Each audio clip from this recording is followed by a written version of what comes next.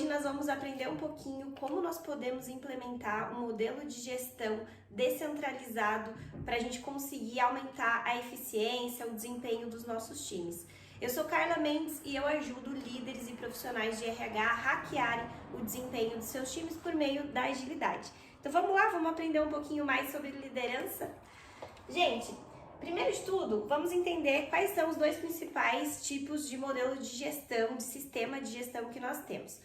Vou falar primeiro sobre o sistema de gestão centralizador, tá? Como que é o modelo de sistema centralizado?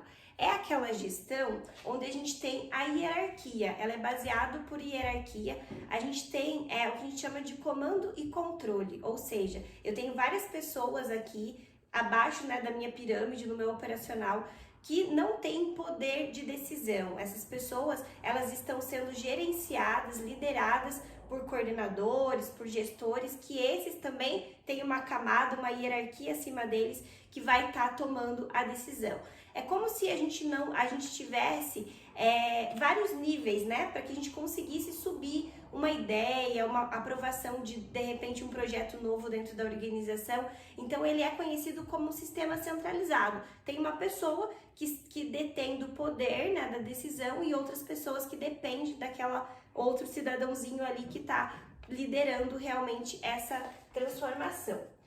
Esse modelo de gestão centralizador, ele era muito conhecido como o modelo de gestão 2.0 também, né? Que é conhecido por aquele líder, igual tá no desenho aqui, né? Ele detém do conhecimento, da informação dentro da organização, e ele é que decide de que forma que ele vai passar isso para os seus liderados. Muitas vezes a gente tinha pessoas no time desejando ter mais responsabilidade, desejando ter mais confiança, e esse líder aqui, ele agia na base da desconfiança, né? O bonequinho tá aqui pensando, será mesmo, né, que eu passo, que eu delego essa atividade para o meu time? Será que é um time que ele realmente tem a capacidade, a habilidade para assumir esse novo desafio? Então o sistema centralizador, ele era muito pautado nessa figura, né, do gestor como sendo a pessoa que detém todo o poder de decisão ali dentro da organização.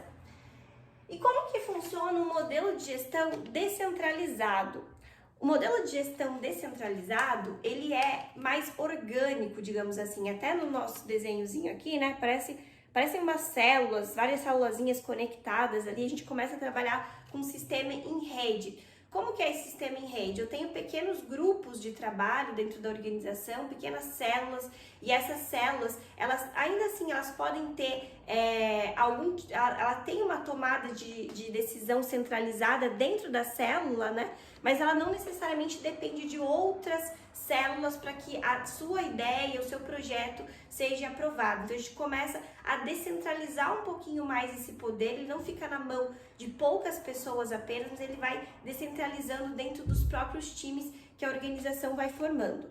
No modelo de gestão mais descentralizado, a figura do líder, do gestor, ele começa a ser uma figura, um papel, né, de uma pessoa que está ajudando esse time a ter diretrizes, a ter foco, a saber onde ele tem que realmente focar os seus esforços, a sua atenção, mas não necessariamente esse líder aqui, ele é o cara que está dizendo tudo que tem que ser feito, que está tomando todas as decisões. Ele é um líder que ele gerencia o que a gente chama de sistema. Ele ajuda a gerenciar esse sistema, a escrever as regras desse sistema, e as pessoas começam a se desenvolver e ter uma maturidade aqui para que elas mesmas consigam tomar suas decisões de forma mais descentralizada dentro da organização. Se a gente fosse pegar um exemplo do que está acontecendo no mundo, né? Por exemplo, vamos pegar o exemplo das criptomoedas aí, que está todo mundo falando, do blockchain. De certa forma, o Bitcoin, que é uma criptomoeda que funciona, né, com base na tecnologia de blockchain, ele é uma moeda descentralizada, ou seja, a gente não precisa mais de um banco central ali, né, detendo de todas as regras de como deveria funcionar aquela moeda. Ele funciona dentro de um sistema, de uma tecnologia que tem as suas regras, tem as suas moderações para que ele funcione de uma forma padronizada, mas ele é descentralizado. O poder não está na mão apenas de um órgão, de uma pessoa. Então, fazendo uma analogia, a gente pode entender que o sistema de gestão mais descentralizado é como se fosse o exemplo da criptomoeda, né? Ele começa a funcionar de uma forma mais orgânica ali dentro da organização.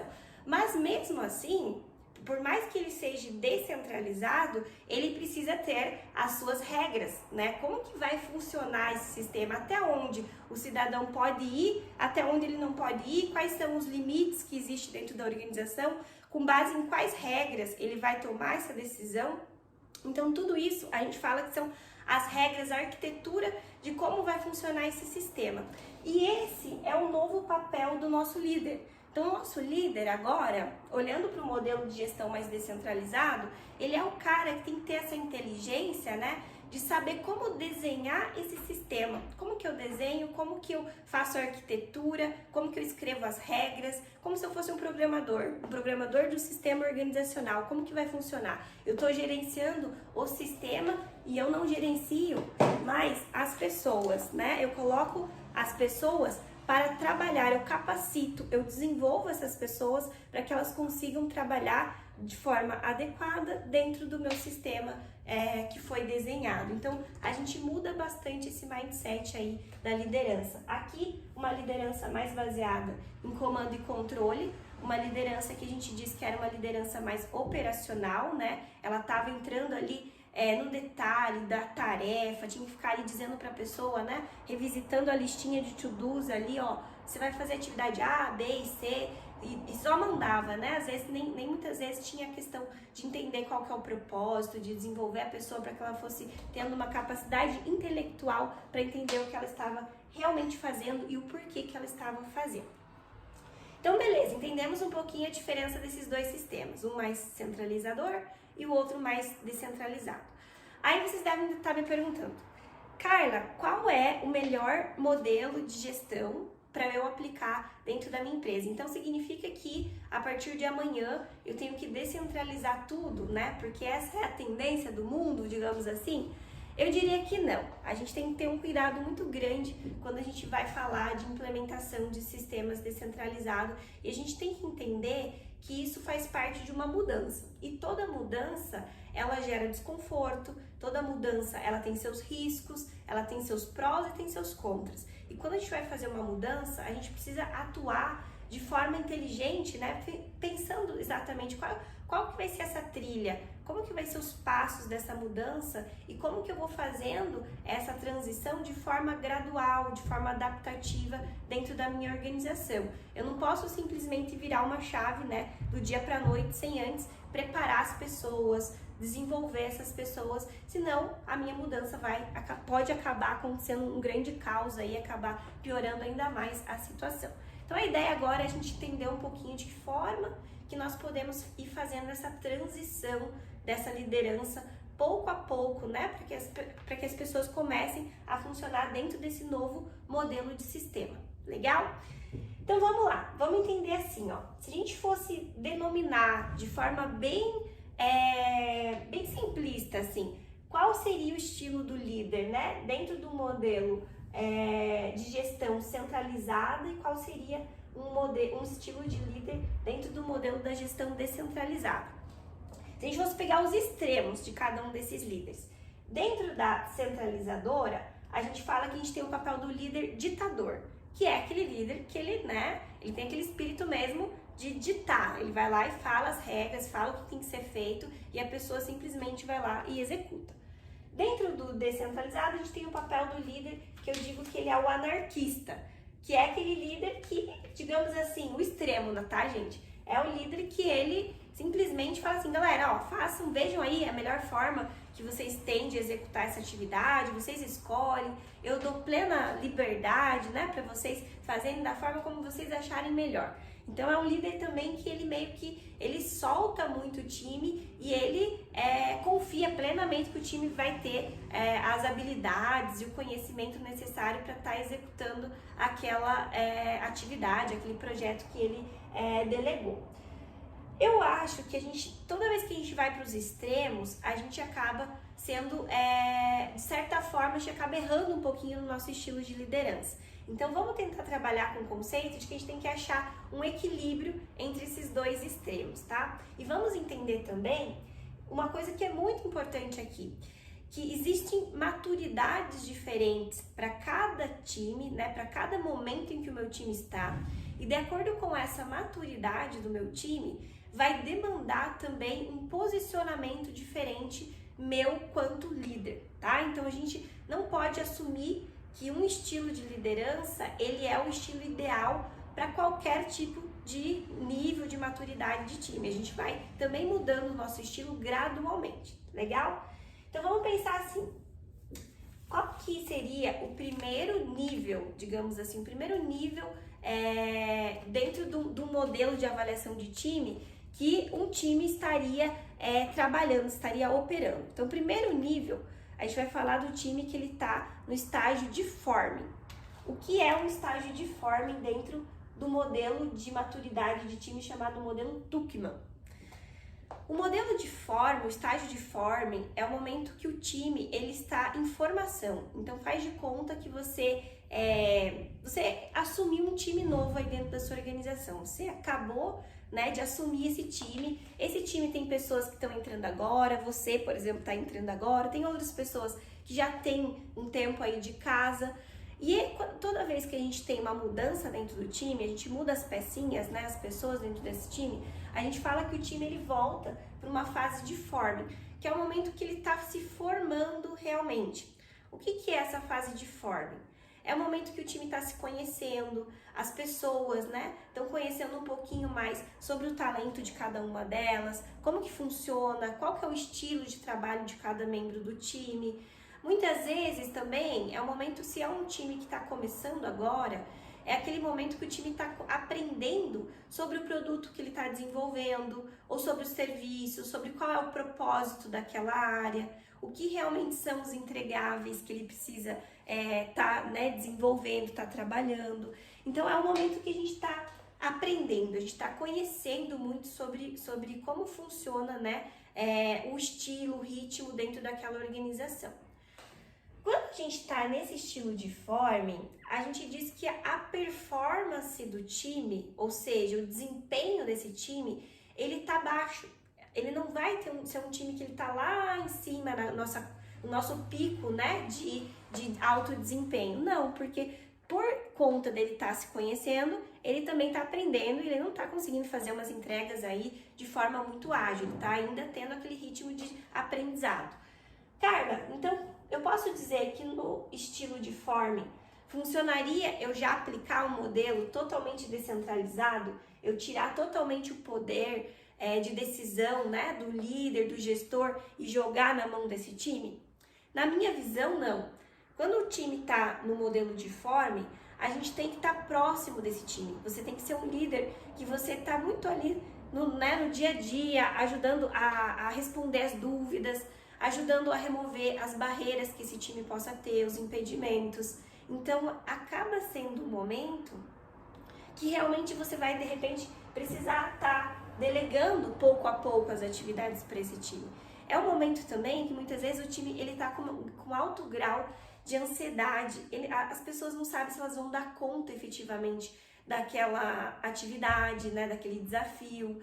Às vezes ela está ansiosa por querer assumir novas responsabilidades, mas ela ainda não desenvolveu as habilidades necessárias para estar assumindo esses novos desafios dentro da organização.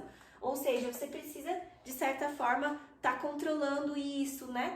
Tá dando pouco a pouco, liberando pouco a pouco esses novos desafios e gradualmente para que o time consiga entrar numa espécie de flow, que ele não entre numa curva de tensão muito grande e fique ali desesperado sem saber como realmente reagir. Então eu diria que um equilíbrio aqui é você encontrar um estilo de liderança entre o ditador ali e o líder que ele é mais inspiracional, né? Como que você vai desenvolvendo esse estilo para que você vá estando próximo do teu time, dando suporte, resolvendo os impedimentos que ele tenha, mas também sem já delargar tudo para ele fazer ali, né? Sem ele ter ainda desenvolvido essa habilidade. O segundo estágio do time, que o time passa dentro do modelo Tuckman, é um estágio de storming. Qual que é o estágio de storming dentro do modelo? É o momento em que o time ele começa a ter conflitos, ou seja, As pessoas começaram a mostrar um pouquinho seus espinhozinhos, suas sombras. Eu comecei a descobrir, né? Comecei a ver, entrar um pouquinho mais no limite da atividade do outro colega. Às vezes não estava claro para mim até onde o meu papel ia, até onde não ia, até onde o artefato não era meu, era do papel do outro colega do meu time. E nesses conflitos, né, começa a se gerar ali alguns problemas que o líder também precisa ajudar o time a resolver. Então, nessa fase do storming, também é um momento, uma fase em que o time não está conseguindo ter um desempenho tão legal assim. Ele ainda está no baixo desempenho. Mas, Carla, tem como eu pular essa fase? Eu não quero passar pela fase do storming. Não é recomendado que você pule. O ideal é que geralmente que você até leve o teu time a entrar no storming. Porque quando ele entra no storming, ele aprende, ele desenvolve resiliência também. Ele também aprende muito mais sobre o outro. No momento do storming é quando a gente diz que as máscaras começam a cair. Ou seja, no momento do forming eu ainda tô cheio de dedos com os meus colegas, né? Eu ainda não tô mostrando exatamente quem é a Carla. Eu tô ali conhecendo o território, conhecendo o ambiente. No momento que eu entro no storm, eu mostro realmente quem eu sou. Como eu gosto de trabalhar, o que é importante para mim, e isso todas as pessoas do time também começam a se mostrar. E aí gera um pouco essa tensão, esse conflito, mas se o líder ele tem técnicas, recursos para ele conseguir ajudar esse time a passar por esse storming, ele consegue fazer com que as pessoas aprendam a se respeitar, aprendam a trabalhar em equipe, aprendam como funciona o estilo, o comportamento, né? As sombras e os talentos de cada membro ali dentro do seu time. Então, essa fase é muito importante, a gente tem que olhar o conflito como algo positivo, desde que a gente saiba como lidar com ele. Carla, mas quais são as técnicas? O que eu posso utilizar de ferramenta dentro do momento de storming quando o meu time entra? Você pode usar team buildings, é muito legal aqui, né? Para você realmente fazer com que as pessoas se conheçam, para gerar essa questão da colaboração, da empatia, que eu consiga entender coisas que, de repente, eu tô nesse momento do storming, eu tô olhando, de repente, só os espinhozinhos que cada membro tem, né? Mas quando eu faço um team building legal, que as pessoas mostram o que elas gostam de fazer, quais são os seus talentos, seus pontos fracos, seus pontos fortes, as pessoas começam a se olhar de forma mais empática, a reconhecer coisas em comuns que elas têm entre elas, e isso começa a ajudar elas um pouquinho a se sentirem mais fortes para conseguir sair daquela fase do storming. Uma coisa bem legal também, tanto na fase do forming quanto do storming, é o líder estar reforçando muito com esse time qual é o propósito real desse time, qual é a proposta de valor que esse time precisa entregar. Isso vai ajudando eles a terem um objetivo em comum a perseguir, né? A entender realmente por que eles estão ali, o que realmente é importante e se unirem, terem mais força para sair dessa fase, que seria uma fase mais de baixo desempenho. Legal? Então, nessa fase aqui, Form e Storm, eu diria que você não é a melhor fase do teu time para você ter um sistema totalmente descentralizado, né? É uma fase que você ainda vai ter que estar próximo ali, ajudando a construir, ajudando a desenvolver essas pessoas para que a gente passe para esse segundo nível mais descentralizado. Um outro fator bem importante também é a questão, além do nível de maturidade do time, a gente também tem que considerar o nível de maturidade das pessoas, dos membros desse time. Então, eu vou dar um exemplo.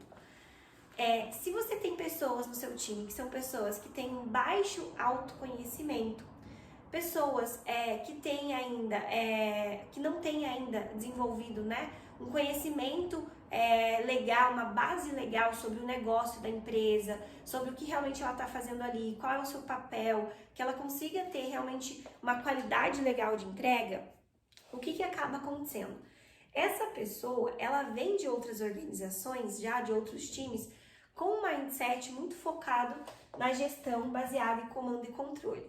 Então, quando ela entra num time, que o time é autogerenciável, mas o mindset dela ainda é baseado em times de comando e controle, ela acaba sentindo um desconforto e ela acaba tendo essa necessidade ainda de agir, né, de ter um líder que esteja ali do lado dela, dizendo, ó, fulano, hoje tua tarefa é essa, né? Ó, beleza, entregou isso aqui, agora passa para outra atividade. Ela, querendo ou não, ela acaba ainda tendo muito essa necessidade de ter o suporte, de ter o apoio do líder ali mais do lado dela. Então, é importante você, quanto líder, saber diagnosticar também o momento individual de cada membro do seu time. Qual é aquele membro que ele já está tendo uma maturidade legal, um autoconhecimento legal para saber lidar com o fracasso, para saber lidar com o erro, porque ele vai assumir riscos, né, dentro do modelo de gestão mais descentralizado. Ele vai precisar tomar decisões, ele vai precisar pensar estrategicamente no impacto que a decisão dele vai gerar dentro das decisões dos demais membros daquele time. Então envolve uma série de coisas, né? Uma série de tomada de decisões ali que você vai ter que estar avaliando cada membro, quanto que ele está, né, se desenvolvendo e está caminhando para esse modelo mais de autogestão. Ou seja, ter técnicas e ter essa gestão da mudança para você preparar as pessoas que chegam no seu time, identificando o momento de cada uma delas e dando essa trilha, né, ajudando elas a chegar dentro desse modelo mais baseado na autogestão, é extremamente importante para que o modelo de descentralização funcione dentro da liderança. Senão você vai acabar colocando as pessoas numa curva de tensão muito grande. Elas vão se sentir com um desafio, né, altíssimo, mas vão sentir que as habilidades delas ainda não estão no ponto para que ela consiga estar desempenhando bem aquele papel. E isso não é tão legal, isso faz com que o time fique mais tempo dentro desse momento de forming e storming aqui, legal? Mas, Carla, beleza, eu resolvi os conflitos, né? Fiz um team building em massa, dei o tempo necessário para que as pessoas se conhecessem, para que as pessoas começassem a aprender a lidar melhor uma com as outras, a entender melhor qual é a proposta de valor que eu estou entregando aqui dentro do meu time. E aí o meu time conseguiu passar do storming para o norming. O momento de norming num time é o momento que as coisas começam a se normalizar realmente, né? As pessoas começam a trabalhar num flow, eu consigo já ter clareza sobre o que eu tenho que entregar, sobre o meu papel dentro daquele time, eu tenho clareza sobre como que eu funciono, como que funciona a minha relação com os demais membros do time, como cada um reage com isso, eu consigo ter mais proximidade com o meu líder, com o cliente, e as coisas começam a realmente entrar nos trilhos, eu começo a conseguir entregar, ter uma cadência, né, uma consistência melhor em relação às minhas entregas, isso o time como um todo começa a ter essa cadência também, e a nossa curvinha de maturidade ela começa a subir, né? Então esse time começa a entrar já numa performance, começa a ter um desempenho mais condizente. Nesse momento do norm, eu diria que aqui já é legal você começar a trabalhar com estratégias para você realmente descentralizar essa liderança.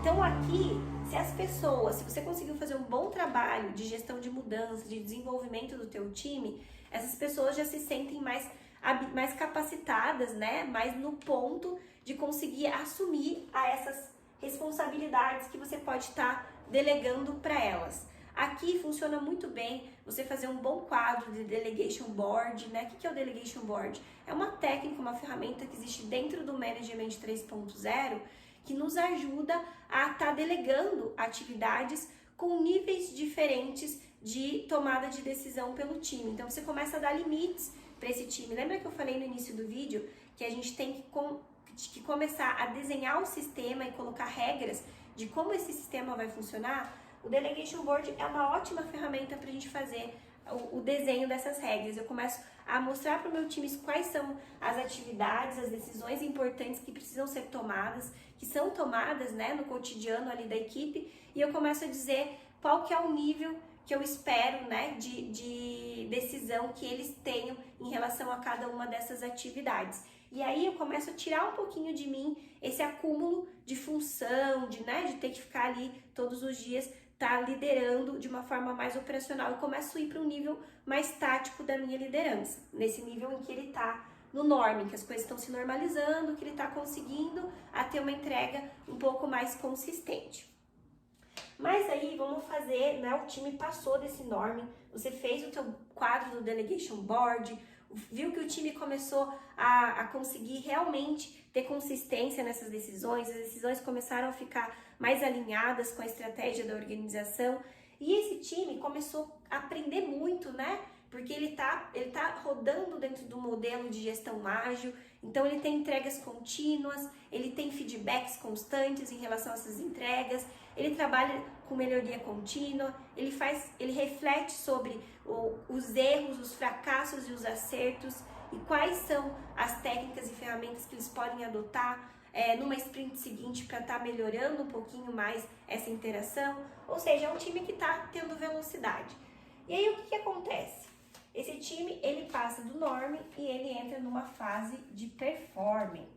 Que o performing é o ápice, né? O ápice da alta performance ali dentro daquele time. O ápice do desempenho que ele vai ter. Onde ele começa a apresentar uma entrega de valor muito boa realmente para o cliente, para a organização.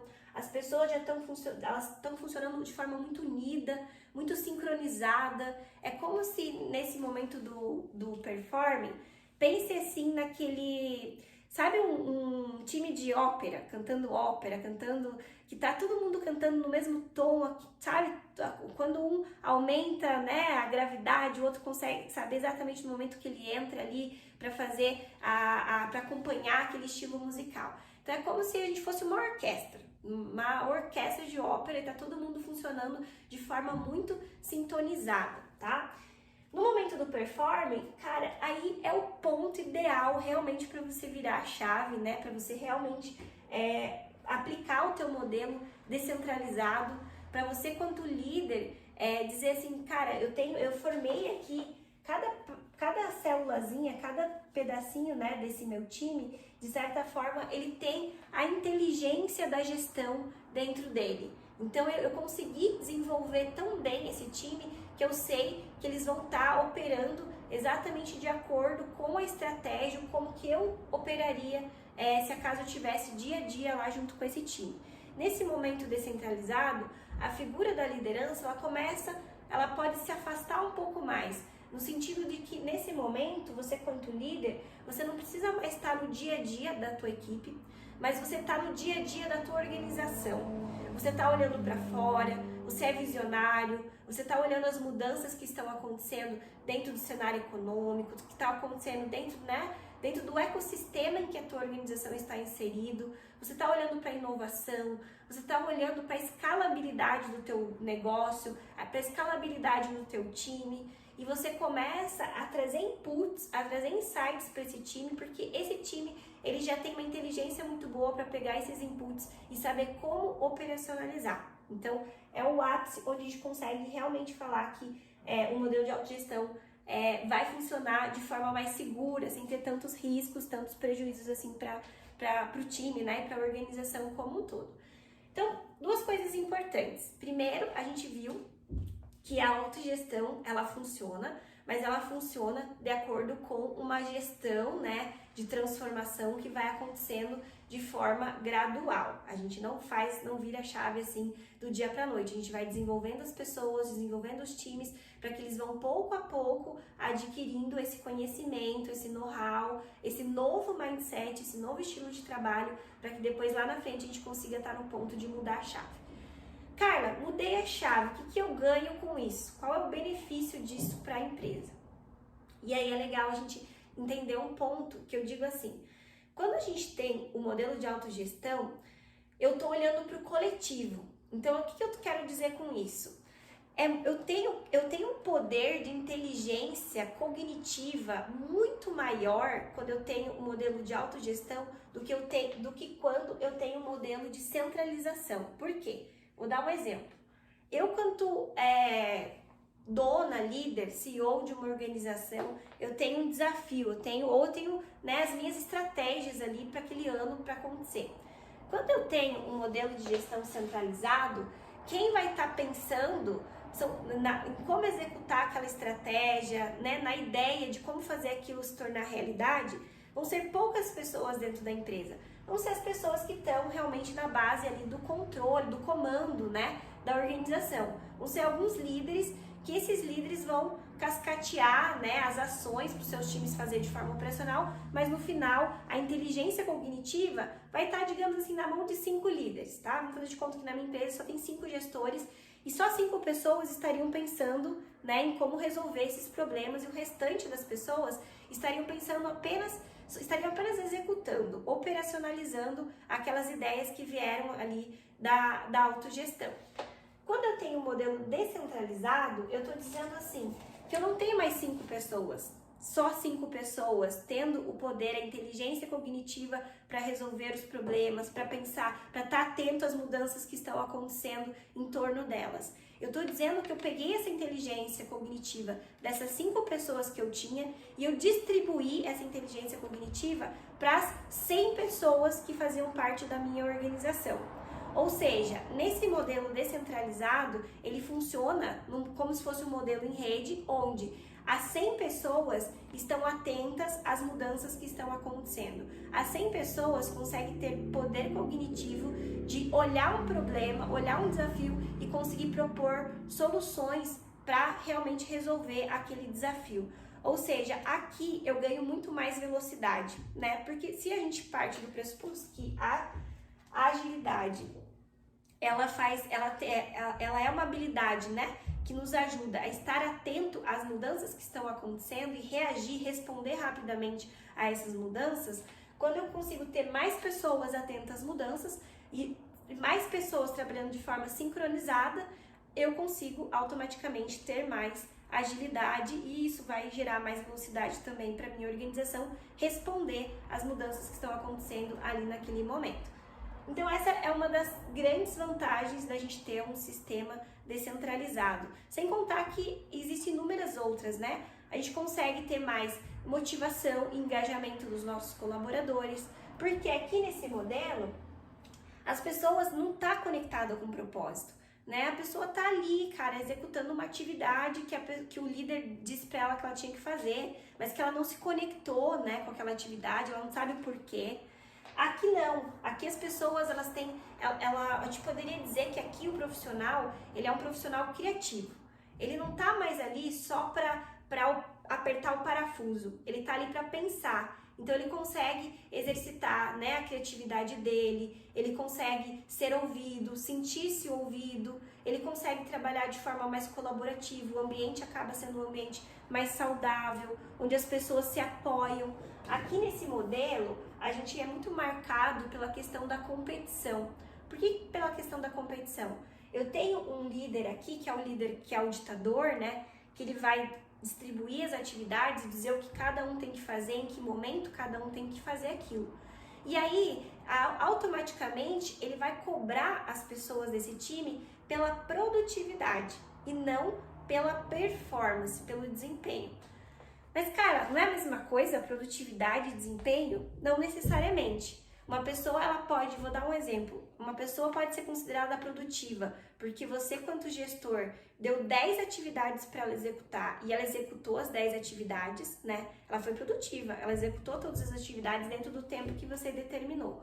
Já uma segunda pessoa, ela pode ser, ela não entregou as 10 atividades que você delegou, mas dentro daquelas 10 atividades, ela identificou que se ela fizesse apenas 5 de forma eficiente, ela conseguiria resolver realmente a dor que o cliente tinha ali e não necessariamente ela precisava executar as 10 atividades. Ou seja, ela usou a inteligência dela para analisar dentro daquelas 10 atividades o que geraria mais impacto, mais resultado dentro do negócio e ela focou naquilo que era realmente importante. Então, se aqui é um líder ditador que está olhando só a produtividade das pessoas, talvez ele diria que essa segunda pessoa que executou 5 atividades não foi tão produtiva, mas no final ela conseguiu ser eficaz, né? Ela conseguiu resolver realmente o problema, entregar valor e atingir uma performance. Ela teve um desempenho legal dentro daquilo que a gente valoriza dentro do modelo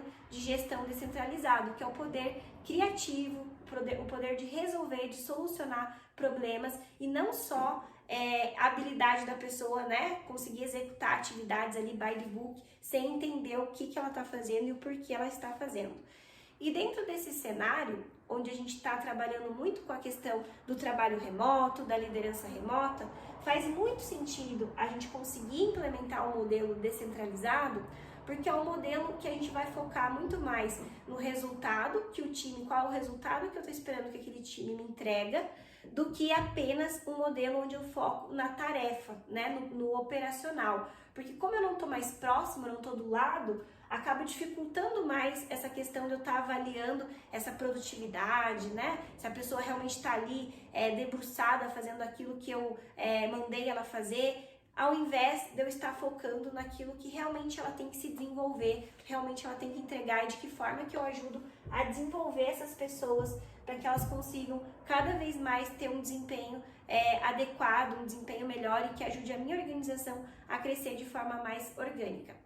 Gente, eu espero que eu tenha contribuído para vocês entenderem um pouquinho mais sobre a diferença desses dois modelos e por que é tão importante nós, quanto profissionais que trabalhamos com liderança, com desenvolvimento de pessoas, que a gente entenda, né, como avaliar o nosso time, como identificar o momento que cada um está e quais são as ferramentas e técnicas que nós podemos utilizar para estar desenvolvendo e levando eles a atingir o perform, né, o nível máximo ali de realmente de desempenho que eu vou conseguir trazer altos benefícios para minha organização e estar implementando o meu modelo de gestão mais descentralizado.